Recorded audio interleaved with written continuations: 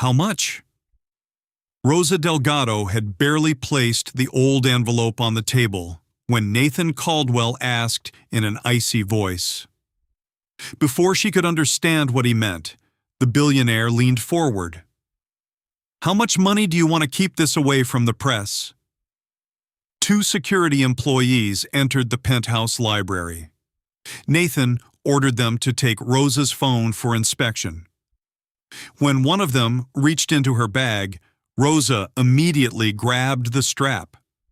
But her mother's medicine, hospital bills, and Sophia's student identification card still fell onto the marble floor. Her face burned with embarrassment. She bent down and picked up each item without begging or explaining the amounts printed on the bills. "Do not touch my personal belongings," she said. "I returned the letter because it does not belong to me, but returning it does not mean the truth should remain buried." Only 2 hours earlier, Rosa had been cleaning the library as she did every morning. A jammed walnut drawer forced her to remove the inner tray so she could repair the sliding rail. When she pulled the tray free, a yellowed envelope fell from a narrow space behind it. Across the front were the handwritten words, "Harbor View. If I am not brave enough to speak." Rosa froze. Harbor View was the construction site that had collapsed 22 years earlier. Her father, Manuel Delgado, had been injured there and spent the rest of his life suffering from pain that prevented him from returning to construction work. The official report had described him as the night supervisor who failed to follow proper procedures. Rosa knew she should not read a private document. But seeing that name made her hands tremble. Inside was a letter Nathan had written after the disaster. He accepted responsibility for approving the concrete supplier. He wrote that if the truth became public, the company might collapse and thousands of employees could lose their jobs. Rosa's phone vibrated. The hospital was requesting another payment for her mother's kidney failure treatment. She looked at the amount, then at Nathan Caldwell's signature. A newspaper might pay tens of thousands of dollars for the letter. It could keep her mother in treatment and prevent Sophia from watching her mother work until she collapsed from exhaustion. Rosa photographed the hospital bill. She did not photograph the letter. She placed the document inside a protective envelope, recorded the time and location where it had been found, sealed it inside the library, and called Maya Bennett, Nathan's executive assistant, asking to deliver it directly to him. Now, standing in the library with her personal belongings scattered at her feet, Rosa understood that her honesty was being used as evidence against her. Maya entered and stopped the security employees. No one may search her phone or personal bag without her permission or legal authority. Nathan ordered Rosa suspended until they determined whether she had copied the document. The news quickly reached Robert Caldwell, Nathan's uncle and chairman of the board. Over the phone, Robert spoke with calm concern. "Pay her a reasonable amount and obtain a confidentiality agreement. The confidence vote is tomorrow. You cannot allow a housekeeper to decide the future of the company." Nathan frowned. Robert had not asked where the letter had been found or whether anyone else knew about it. He only wanted Rosa controlled. At Maya's request, Daniel Kim, the board's independent compliance attorney, was called to preserve the letter and review the security footage. He ordered security to seal the recordings rather than delete or alter them. The footage showed that Rosa had not photographed the document, contacted any newspaper, or removed the letter from the room. She had called only the hospital and Maya. Her telephone records confirmed it. Daniel examined the paper, ink, and handwriting. The envelope carried the old embossed seal of the Caldwell chairman's office. The letter was dated after the collapse, not before Nathan approved the construction materials. In it, Nathan accepted responsibility for choosing the supplier, but never mentioned receiving any warning about the concrete. "The letter is mine," Nathan said. The confirmation made Rosa feel cold.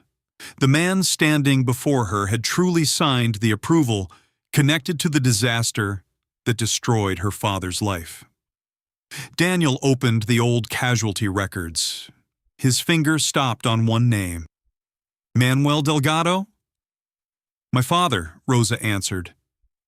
Nathan looked at her, and for the first time, the accusation disappeared from his expression. But he still did not apologize. "If you need money so badly, why did you not sell the letter?"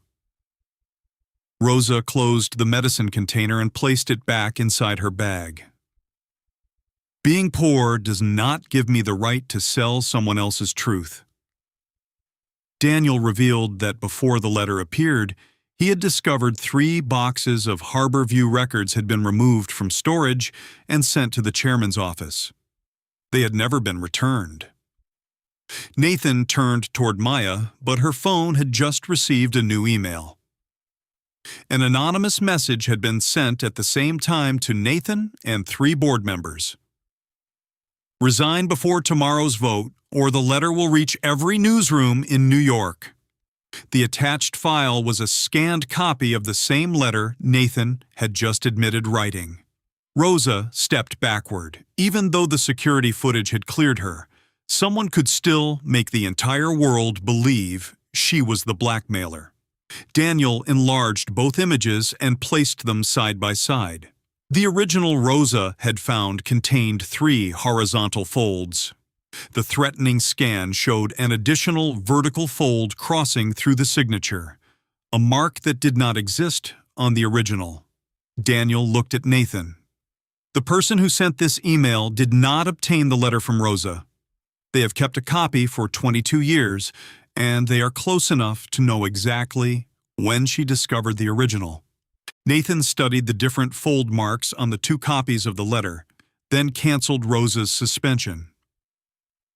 He asked her to return and help identify any records Manuel might have left behind. "You still have not apologized to me," Rosa said. Nathan remained silent. He was more accustomed to giving orders than admitting he had been wrong. "I will cooperate under 2 conditions," she continued. "Daniel must lead an independent investigation, and every discovery involving the Harbor View families must become part of the official record, not merely be used to protect you." Nathan agreed. That agreement did not create trust. Rosa still remembered how he had allowed security to search her bag. Nathan also understood that she was not there to save him. She was there to make sure the entire truth was seen. Daniel explained the possible consequences. Nathan could lose his position as chief executive officer. The company's largest public contract could be suspended, and old lawsuits could be reopened. If he were removed, board chairman Robert Caldwell would temporarily take control of the company. That afternoon, Rosa took Sophia to the family storage unit in Queens. In the deepest corner was the box Manuel had left behind, a box Rosa had avoided for years. Inside were a scratched construction helmet, his worksite identification card, a rejected compensation claim, and a black notebook. The words Rosa had once dismissed as the obsession of a wounded man now appeared to be the testimony of someone who had tried to protect his workers. Manuel had recorded concrete batch numbers, failed test results, and 4 separate warnings he had submitted. Beside every date appeared the same recipient, R. Caldwell. Sophia looked at her mother. "Why are we helping the person in charge of the company that hurt Grandpa?" "We are not helping him escape the truth," Rosa answered. We are making sure the truth is not divided in half." The girl looked at the notebook and asked whether they could accept a lawful reward to pay for her grandmother's treatment. Before Rosa could answer, Sophia said, "If they pay you to remain silent, that money will always make us afraid." Daniel did not treat the notebook as enough evidence to reach a conclusion. He compared the batch numbers with delivery records preserved by the transportation company. Every number matched concrete that had been delivered to Harbor View. At a Caldwell storage facility in Brooklyn, they discovered that 3 boxes had been transferred to the chairman's office. Robert claimed they had been destroyed under the document retention schedule, but he could not provide any destruction record. Maya found another warning sign. Robert's assistant had accessed and scanned the Harbor View files 3 weeks earlier, just as Robert began persuading board members to vote against Nathan. That evening, Robert asked Rosa to meet privately in his office. He asked about her mother's illness, mentioned Sophia's future tuition, and placed a set of documents on the table. $250,000, Robert said, a goodwill payment. Give me the notebook, sign the confidentiality agreement, and allow your family to live in peace. Rosa thought about the dialysis treatments, overdue bills, and her daughter's future. Will the other Harbor View families receive the same payment? This is a private arrangement. Rosa pushed the documents back. Then this is not compensation. It is the price of my silence. Robert's smile disappeared. He warned her that a housekeeper who challenged the Caldwell family would never find work in New York's luxury buildings again. Rosa took the notebook and left. The door closed behind her, but the threat had become new evidence. Nathan confronted his uncle that same night. Robert admitted that he had handled the reports, but claimed Manuel's warnings arrived too late, and that Nathan had still signed the final approval. Give the records to Daniel, withdraw from the vote, and help me reopen compensation for the families, Nathan said. This is your final opportunity, Robert refused. I saved you from prison and saved the company from bankruptcy. Do not confuse your guilt with the right to judge me. The following morning, the letter was released to the press. The source falsely claimed that a household employee had demanded money in exchange for silence. Rosa's photograph appeared on screens beside the word blackmail before she had any opportunity to respond. Nathan could have remained silent and separated himself from her. Instead, he stepped before the reporters. Rosa Delgado did not blackmail me. She voluntarily returned the letter, made no copy of it, and was treated like a suspect by me. I accept responsibility for that mistake. His statement did not remove the questions surrounding Nathan, but it stopped the attempt to turn Rosa into a sacrifice. Robert immediately moved the confidence vote to an earlier time. The board gathered at Caldwell headquarters while reporters and Harbor View families filled the area outside. Only minutes before the meeting, Daniel received a call from Dr. Helen Brooks, the materials engineer who had signed the original inspection report. She had preserved a microfilm copy and a fax transmission record for 22 years. The original report concluded that the concrete batches had failed the required strength standards. The fax record proved that the report reached Robert's office 2 days before the collapse. Nathan's name did not appear on the list of recipients. Helen examined the version stored in Caldwell's records, where the conclusion had been changed to conditionally approved. The signature is mine, she said, but this wording was altered after I signed it. Daniel looked at the clock counting down to the vote. This evidence may prove that Robert knew, but it will also force Nathan to admit that after the disaster, He chose silence for 22 years. Robert opened the meeting by displaying the scanned letter. Before the board, the auditors, and city representatives, he demanded Nathan's suspension for concealing responsibility in the Harborview disaster. Nathan did not deny the handwriting. He reread the sentence in which he accepted responsibility, then looked toward the victims' families watching through the secure video connection. I approved the supplier without demanding an independent inspection. I allowed Robert to control the internal investigation. And after the disaster, I agreed to remain silent because I was afraid the company would collapse. Whether the board keeps me or removes me, every Harborview record must be released to an independent authority. Robert closed the file. That confession is enough. We should vote.